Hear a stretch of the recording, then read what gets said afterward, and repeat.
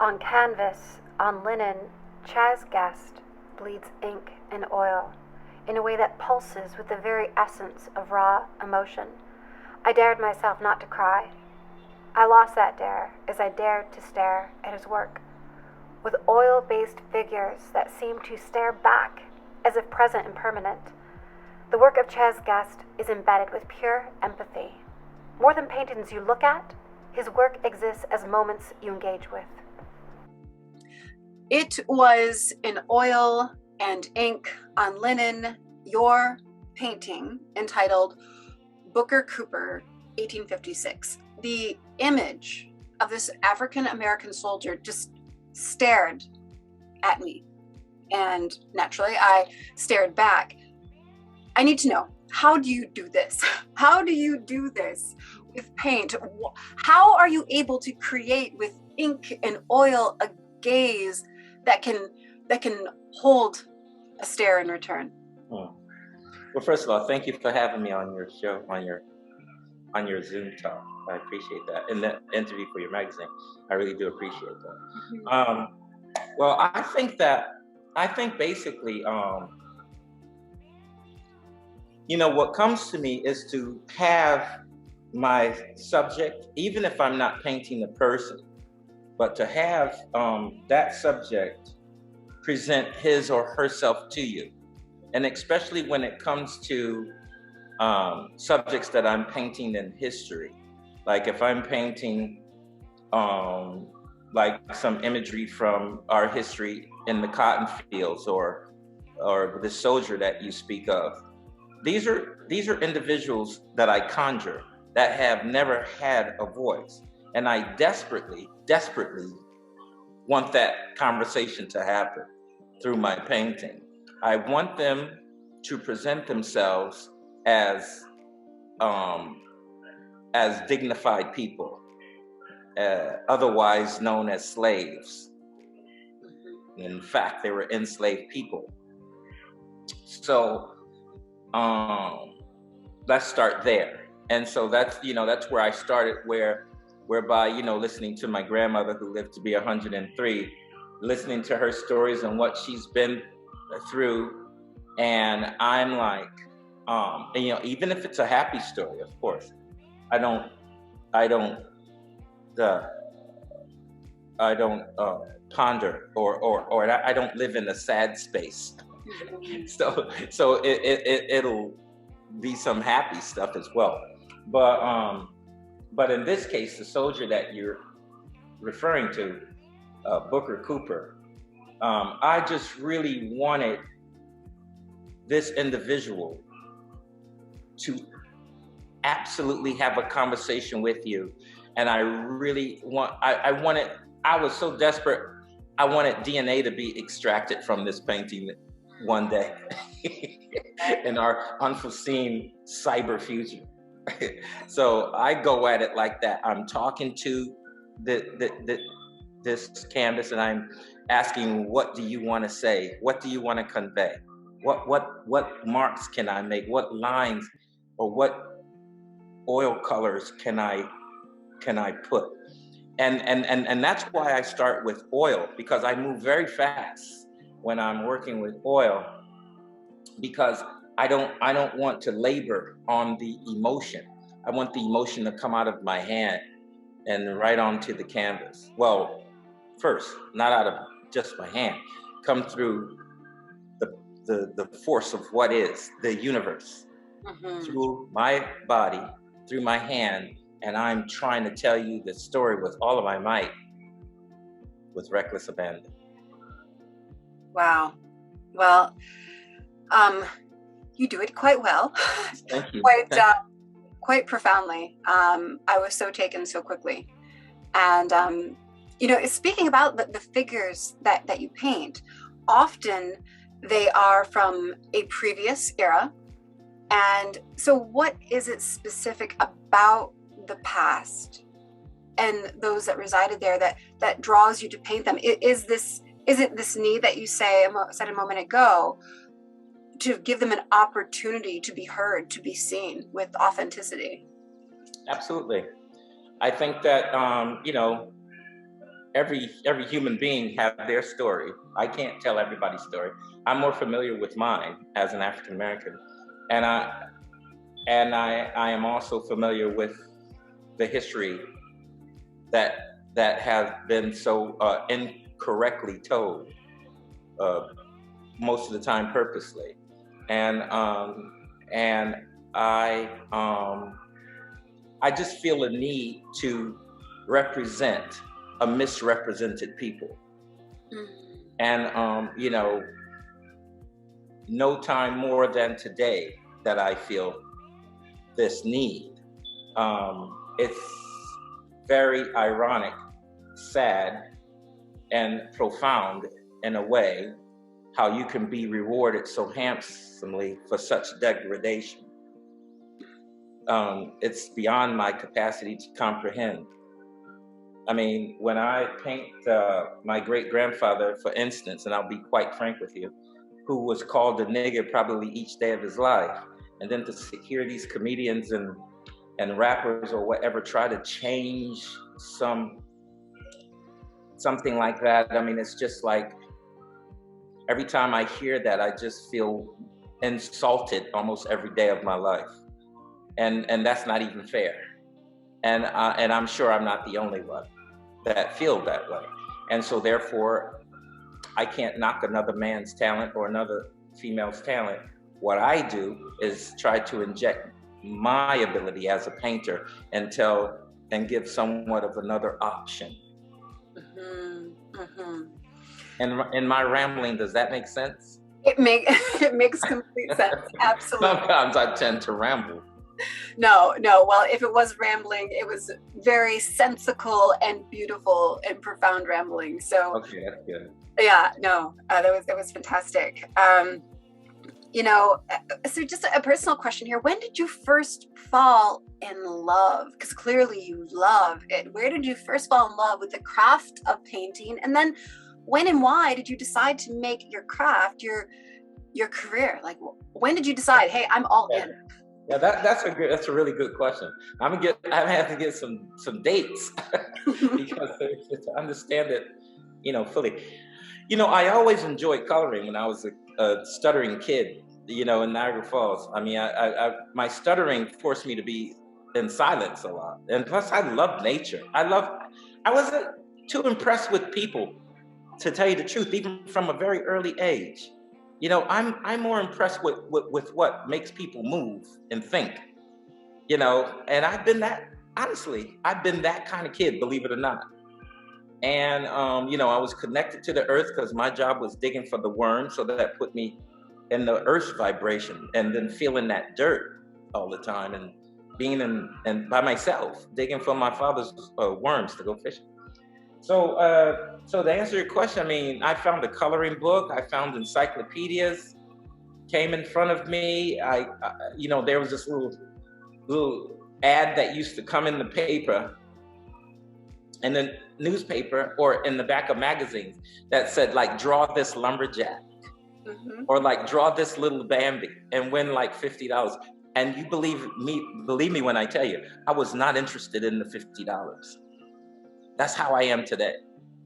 I was interested in investigating and capturing this lumberjack.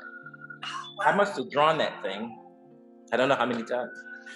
And then my sister, she would show me how to color, and she'd say, trace outside the line and then try not to go outside of the line. And my sister Susan was a stickler like that, and I loved to color until I had blisters on my fingers.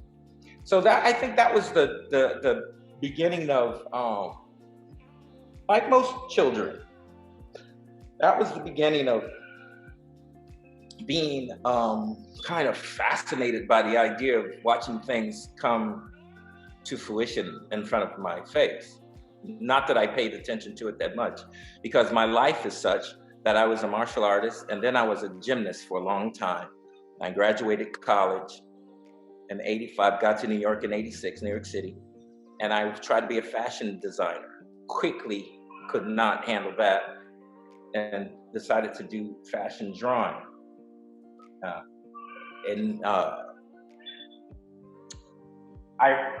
didn't place this right here. It happened to be sitting right here.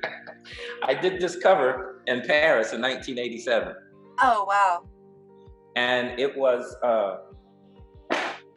yeah, I swear I didn't sit that there. That was actually right over there. It's meant to be part of this conversation. It was right here. And then the magazine sent me to LaCroix, and I did an illustration for the magazine.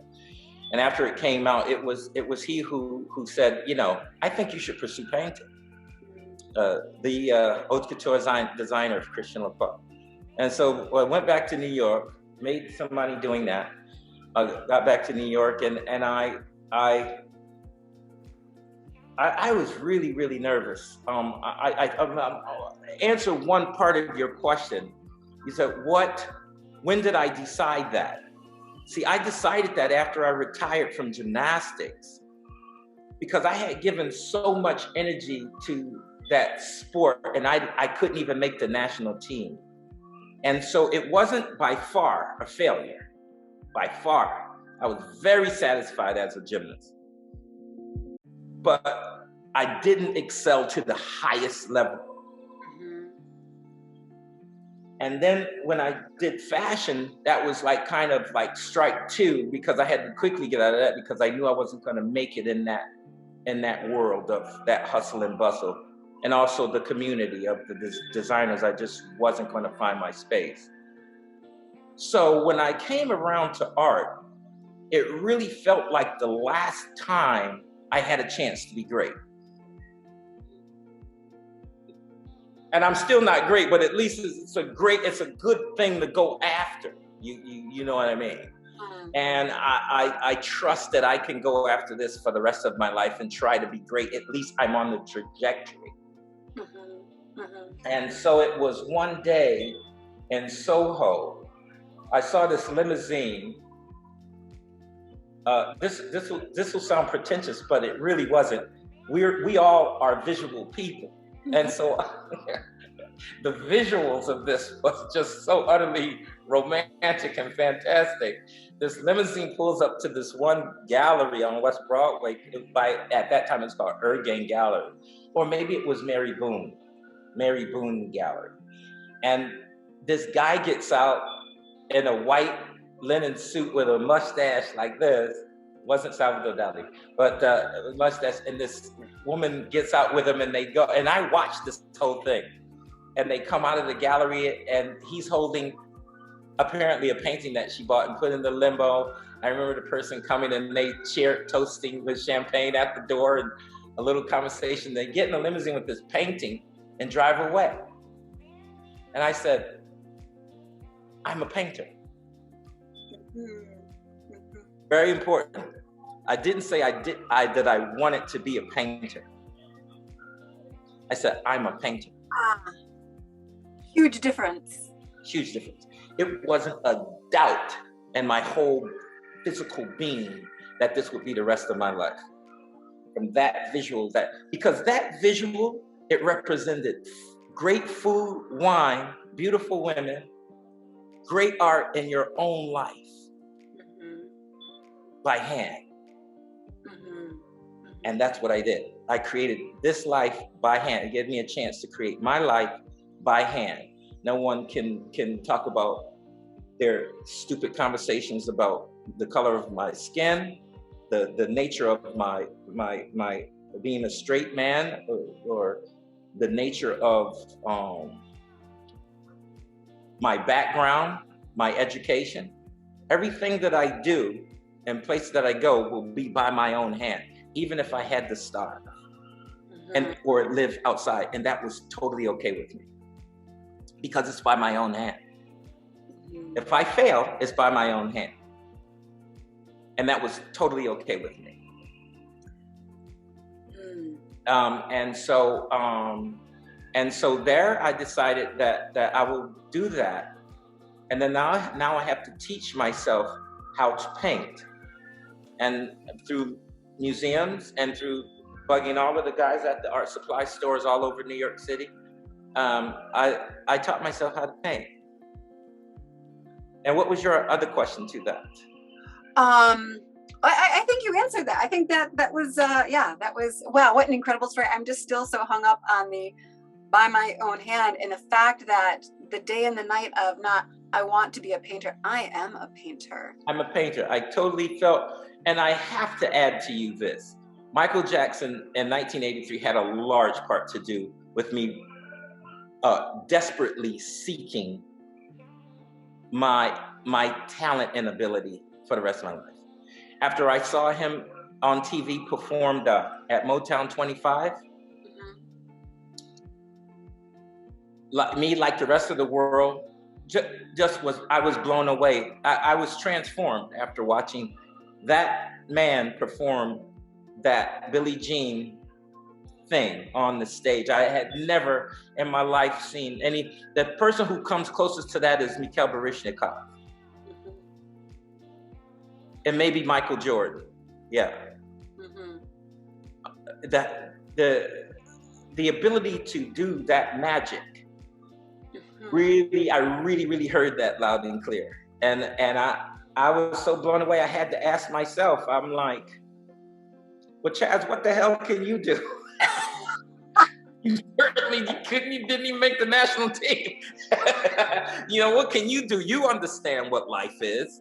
You get it. You know that there's more to this one, casing, this universe that lives inside of all of us. You're aware of that. What are you gonna do, bro? And I just I had a conversation with me and God, and I'm like, well, he can only, I'm now making excuses. Well, he can only do that because he did that as a kid, and then it hit me. He did that as a kid. And what did you do as a kid? Right. Well, I drew. Okay, let's try that. And here I am. Wow, that is such an incredible story. So, Michael, thank you. To the Michaels, both of them. Yeah. Okay, so I want to get a little specific here about one of your pieces. So many of them I dove into and fell in love with. The one that you did, here's the thing. For the record, Misty Copeland is my favorite ballerina. And for the record, I love your painting of her. Please share with me what it was in that specific painting of her that you were trying to capture about Misty. What did you want to embody in that painting? Well, first of all, I must say that I have always been very amazed and appreciative of dance, modern dance, ballerinas, ballets, modern dance, this type of thing. And I remember one time, even before I met Misty, I was invited to paint. It's so funny. I swear, this thing just happened to be sitting right here. I'm not even making this up. I just came in the studio. Look, I did that for the Joffrey, many years ago. Wow. And so they invited me to see the Joffrey ballet. And I, so funny. The Joffrey. And I was sitting up close and I heard the dancer, the ballerina, because I was just up by the stage. And I heard her little feet going as she moved to the front. From far away, you think they're gliding and their arms are going like that. But I'm sitting right there and I can hear her breathing, and I can hear her feet going on the floor, and her little arms were shaking like this, And I was then introduced by how difficult dance is. And so with that being said, by the time I got around to meeting Misty Copeland, and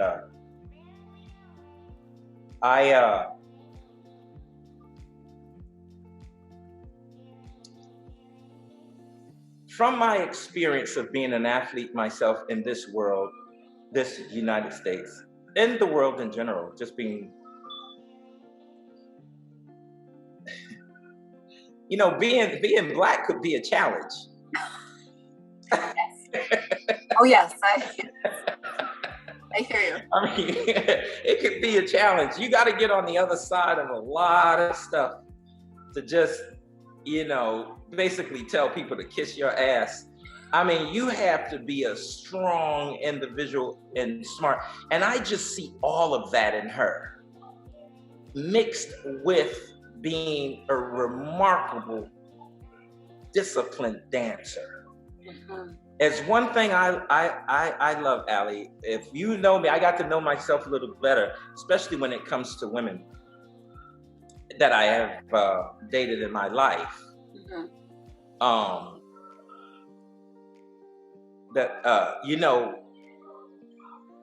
If I look at all of, the people that I even surround myself with, I'm very attracted to discipline. Mm-hmm. I'm very attracted. I didn't know that until I had to analyze it, from my history, of going about. And I find myself amazingly attracted to discipline. And with that, from meeting her and, becoming friends, I saw in her not only the discipline and the beauty of dance, but her warriorship of moving about in that world as an African-American woman. And what I wanted to try to get when I painted that, I wanted to try to put that queen-like aspect to that painting. The strength that it takes to move about such a European world where they're poking at you. You may not know of that, but as a gymnast, I got to tell you too, it's pretty rough. They get pretty nasty. And I know it well. So my thing is that I saw her even fighting through that, and we finished a lot of the painting on Skype. Mm-hmm. I'm looking at her, we started in real life, but I finished out on Skype. And that's one thing that I was really after, the elegance, the queenship, the strength, the discipline, the pain, the pride,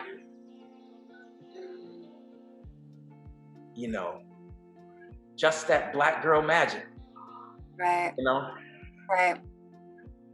When you have to fight a score of people, I myself, as a gymnast, I had friends, Diane Durham. She was one of the first Black national champions in gymnastics. I personally know what happened with her at Bella Caroli's camp in Texas. Those families telling him, if you coach her any harder, she must not beat Mary Lou Retton again. And that's why you don't know her name. I know the story personally. I was there. And so now I see how they went after Gabby Douglas as a gymnast, talking about her damn hair. What? Right. I mean, and then this amazing athlete comes out of the blue, Simone Biles. And I'm like, and the thing that I constantly think about, my God, what would it be like if these people didn't have their foot on our necks? Just let us do our thing. Move out of the way when it comes to history too. Let me tell my own narrative. I don't need you to try to tell this backyard story about my history. Move out of my way, let me tell it. And that's why I put I try to put this in Misty Copeland's story. I try to put that in the soldier that you mentioned earlier. I put that in my superhero. And I just want us to recognize ourselves as the human race and stop squandering this magical and mysterious experience as a human being. It's deep. It's deep. When you look up in the sky and you see the moon moving through those clouds, and sometimes it's utterly beautiful, it's utterly breathtaking. The same thing that made that story for you up in the sky, that's the same force that woke you up and moving your body around every single day. And that's dope. That is dope. I want to get into that. I have no time for color or racism or this kind of thing. When it comes in my face, I crush it. I knock it out. Right. You know. Wow. Or if you say no, by the time you get the O out of no, I'm already looking for the yes. Yeah. Oh my goodness. I'm so very happy that I know you, Chaz. I have to say this. Another painting, another specific painting I want to talk to you about is, because it is in so many of your paintings, it is the eyes. Right? For me, it's the eyes that pull me in, that draw me in. However, one of my very favorite paintings of yours is one in your Buffalo Warrior collection, and it's the one that's entitled The Vision, where you don't see eyes, rather you are given the incredible opportunity to see through eyes. Yeah. I'm dying to know the story behind this piece. Well, pretty much, when I was growing up in Niagara Falls, my superhero, of course, a lot of it is a story of me. So, when I was in Niagara Falls, from 0 to 10 years old, my best friend was Jack Miljor and Amber. And they were blonde hair, both of them, with blue eyes. Both of them. They were over all the time. I mean, they might as well have been in the family, these kids. There was not one time that I looked at those kids and saw them different than myself. And I never heard anything back going, oh, why am my skin so light and yours is dark? Or the race thing never, ever came into question. Now, I don't know if that's a good thing or it's a bad thing, or not bad, but something that could be like not conducive. I don't know. I don't know. I just know that it didn't exist, which gave me the opportunity to really explore and investigate human beings, just as what it is to be a human being.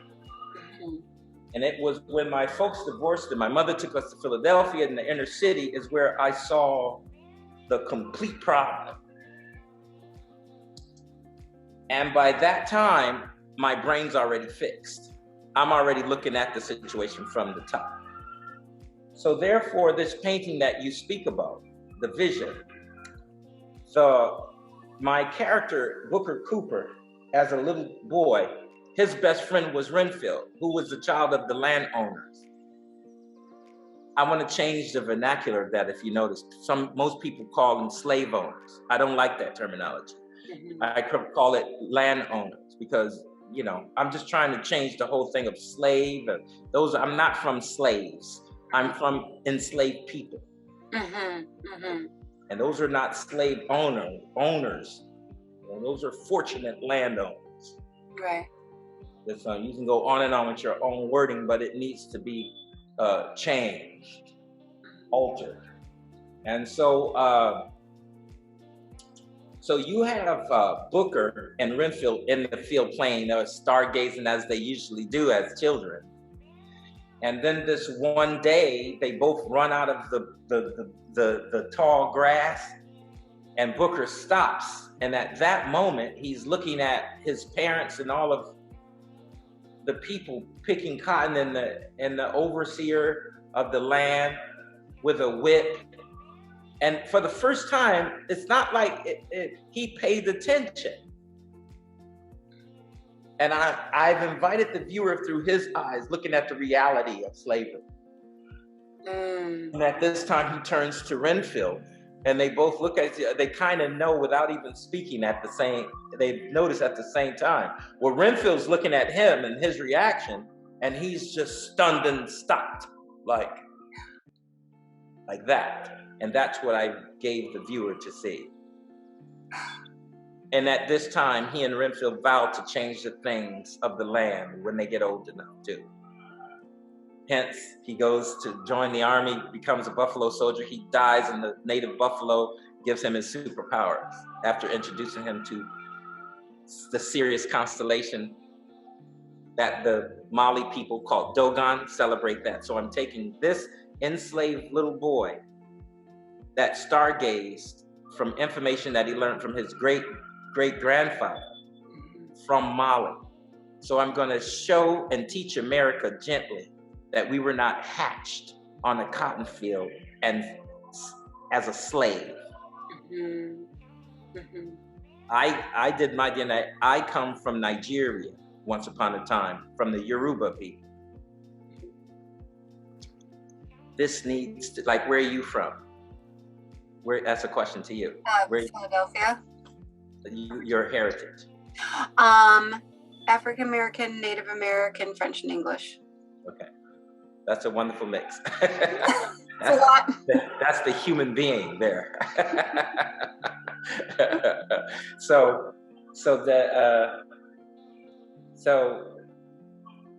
putting it together, this story is going to do that. So the painting that you mentioned is the first time that Booker realizes the unfortunate and horrific Holocaust that he's living in, and he vows to change that. Wow. I love. You feel the hook? Yeah. Oh yeah. I feel it. I feel like I love how your pieces are sort of tethered together, and that it's through a series of pieces that you share so much. That's really incredible. There's one more question that, and I don't know if this is one that's easy or difficult to answer.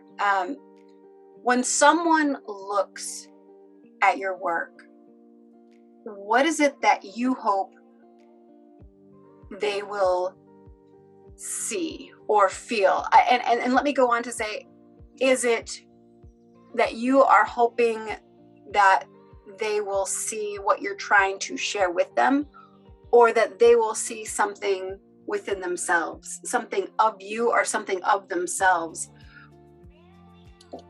Well, I'm not interested in me at all. So no, we can take that out of the equation, because when I paint I'm trying my best to move further and further away from any ego that I may have. I'm trying to really experience the mystery of waking up every morning and moving around.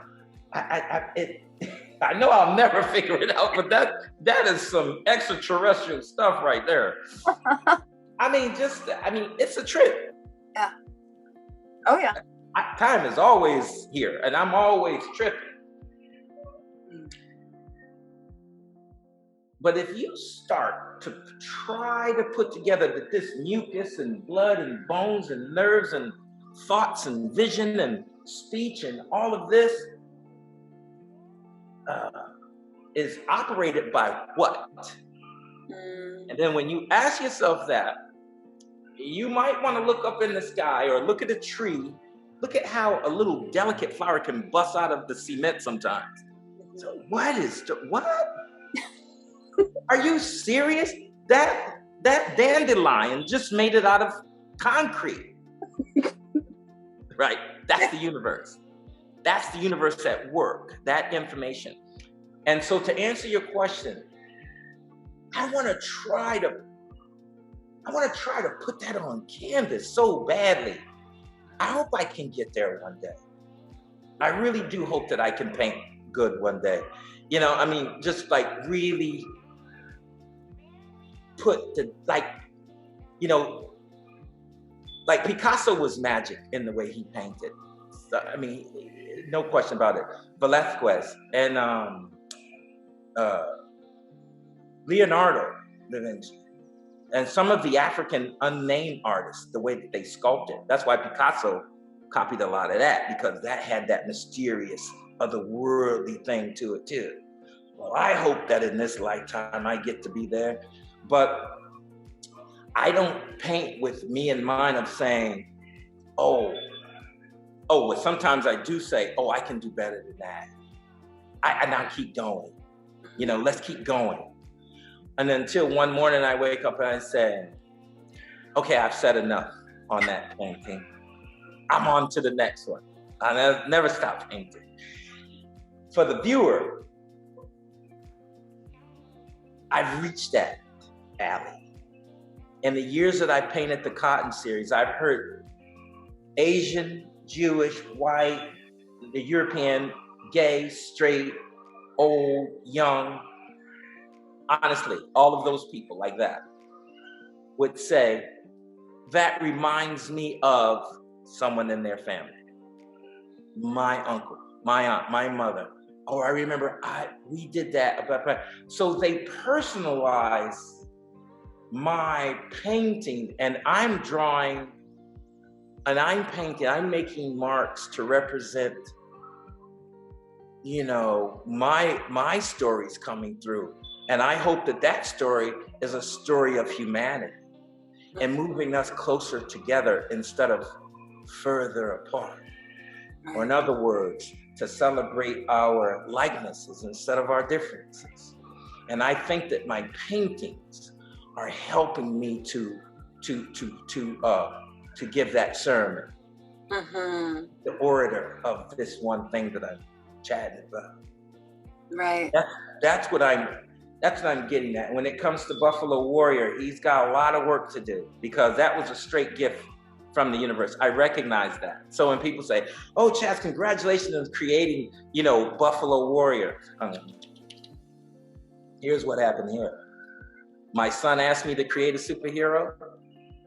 The heavens put that right down to me the next day. There is no way that story could have come together so cohesively and so powerfully. And the imagery of Buffalo Warrior himself was just one session painting.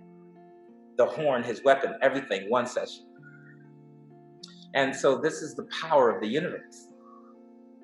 This is the power of being aware, the awareness, you know, of what's around you and what's out there.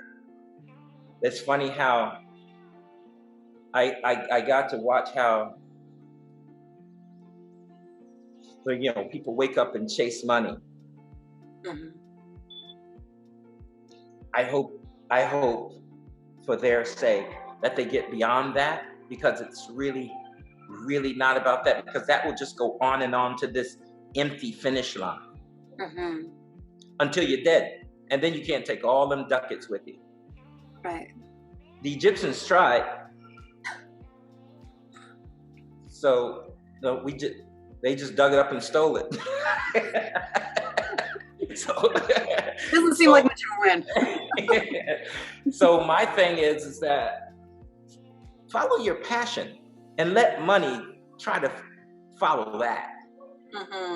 It's a magical adventure. I never chased money. I desperately chased my passion. And I just got my son through Morehouse College. If I ever thought about money, I swear to you, I wouldn't be able to do it. I will swear on a stack of Bibles this high.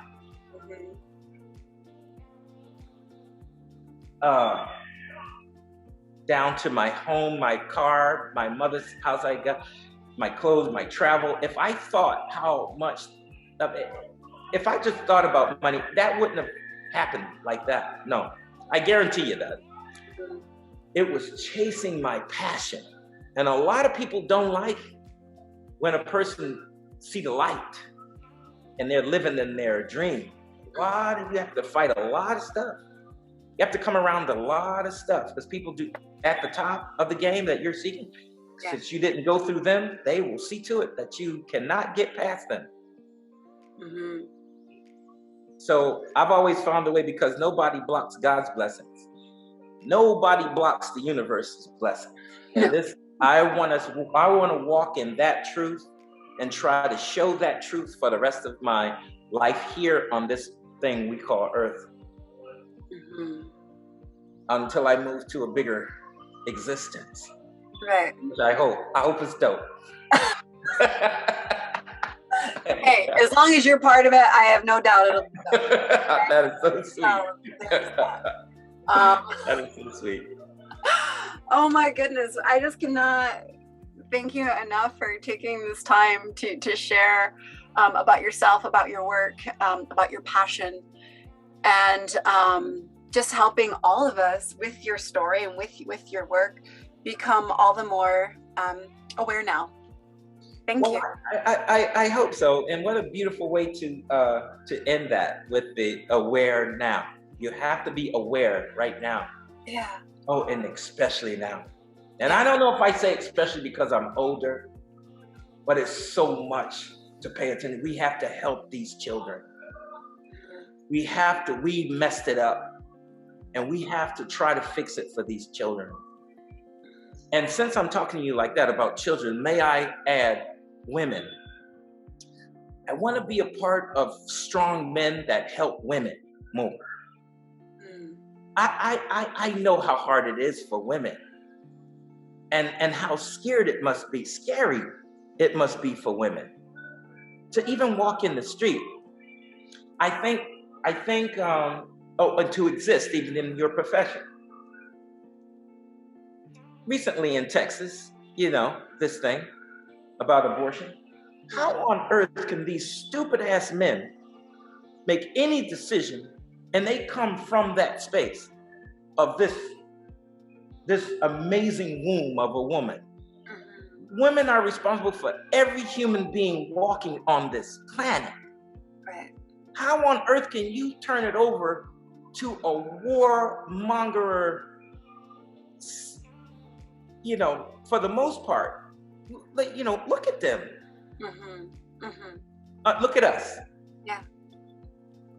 Yeah. And this is no woman lib kind of thing. It's like, I just recognize truth when I see it. So we have our strengths. Mm-hmm. But I think that, I wish there was something I could start or be a part of to really help women more. I think by the time I get settled and this movie is out and moving about, and my art career is on a path where I can just, I don't know. I think I want to steer my attention to that. Mm-hmm. Mm-hmm. I'm sure it exists, but I'm not aware of it. I'm sure it exists. Right. The path is laid, I'm sure, for sure. Well, I hope so. It's all about, if people want to, you can't do things alone. No. And you don't have to. And you never will. Right? There's always the orchestration of the universe that pulls people to you when it's right. And Allie, you have to drink tea and eat bread if need be, but you have to wait. You have to wait, and you have to trust. Yeah. You have to trust, and there could be nothing attached to that. I am a living example of this for sure. I will never doubt the universe and its power.